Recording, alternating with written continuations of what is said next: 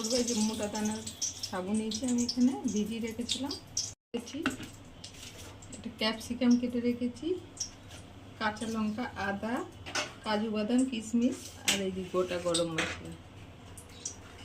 গোটা গরম মশলাটা আগে দেবো, এটা দিয়ে দিলাম। আদা, কাঁচা লঙ্কা, মশলা ভিজিয়ে রেখেছিলাম। দিয়ে করলেও ভালো হবে, আমি সাদা তেলেই করলাম। আপনাদের ইচ্ছা মতো সবজি দিতে পারেন। আমি ক্যাপসিকাম দিতে, একটু আলু দেওয়া যাবে, বিনস, গাজর এগুলো দিলে আর একটু বেশি ভালো হবে। দেবো না হলে সাবুটা দলা পেকে যাবে, এমনি সাবু দলা পেকে যায়। এবার সাবুটা দিয়ে দিলাম।